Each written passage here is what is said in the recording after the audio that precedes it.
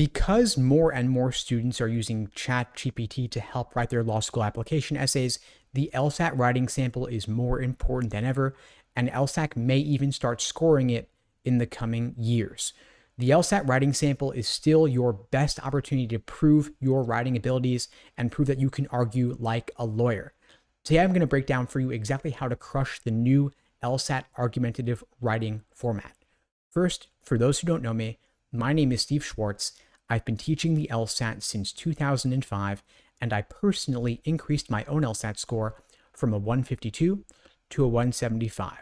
Now, the LSAT writing sample has been required for quite some time now. It's always been a way for LSAT to check your English fluency, especially if you're a non-native English speaker, to check your writing abilities, if your grades in college in English, for example, weren't as high as you would have liked them to be. And now that ChatGPT is an option, law schools want to see how you actually write. They want to see that you can think critically, that you can organize ideas and write persuasively under time pressure without anyone helping you. Now, the LSAT writing sample isn't going to get you into law school, but if you do poorly, it could definitely raise a red flag. So today I'm going to walk you through how the new writing sample works, what law schools are really looking for, give you some step-by-step guidance on how to structure and write the actual essay, and how to avoid common mistakes. First, let's talk about the new LSAT writing format and how it differs from the old format.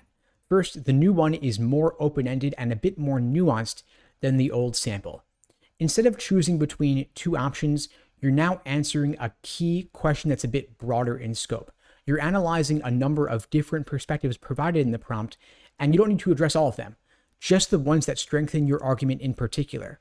The writing sample's also gotten longer. Instead of having 35 minutes total, you now have 15 minutes to plan your essay and 35 minutes to actually write it. LSAC has already provided a sample prompt on their website asking you the question, to what extent colleges serve their students' interests when they emphasize career readiness over classic liberal arts education. And they give you perspectives in the source material arguing both for and against liberal arts education versus a focus on career-specific skills. Your job here is to choose one side. You make use of the perspectives in the evidence and design a convincing argument in favor of the side that you choose.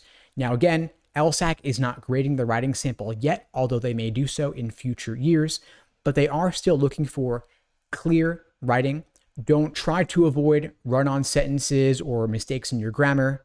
Make sure you have Grammarly turned off during the writing sample. By the way, as a quick side note, make sure that you structure your argument clearly, have a clear thesis statement, and support it logically, step by step, with the evidence.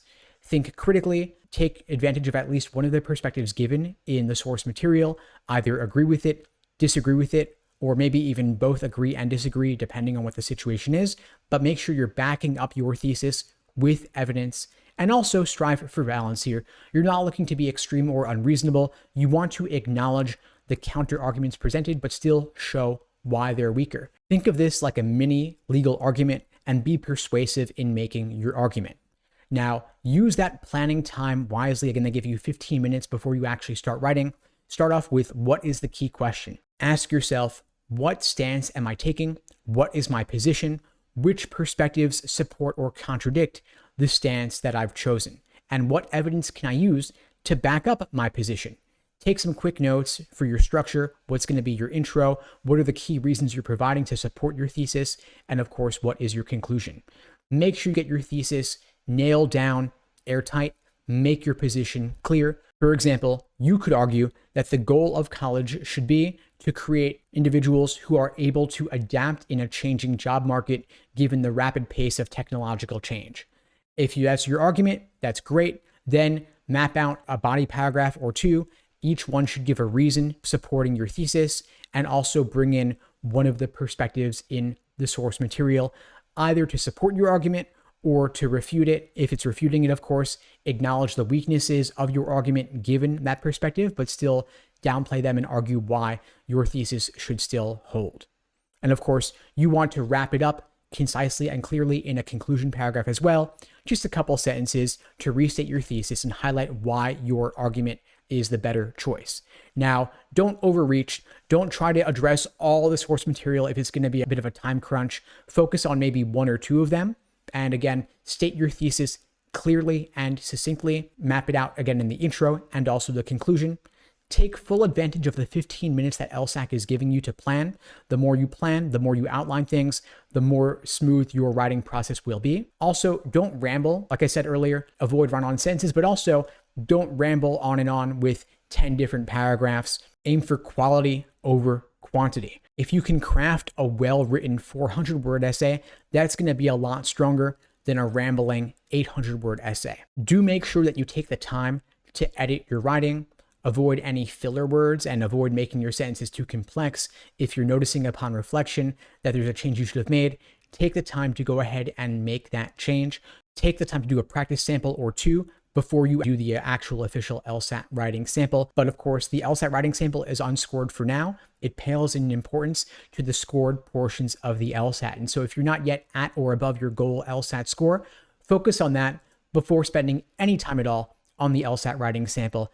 And if you'd like my help on your journey to scoring a 170 or above, my team and I would be glad to support you. We offer live online classes via Zoom, on-demand video courses, small group coaching, and one-on-one coaching. You can check out the links below to find out more and to book a call with me and my team. And in the meantime, I'll wish you all the best and take care.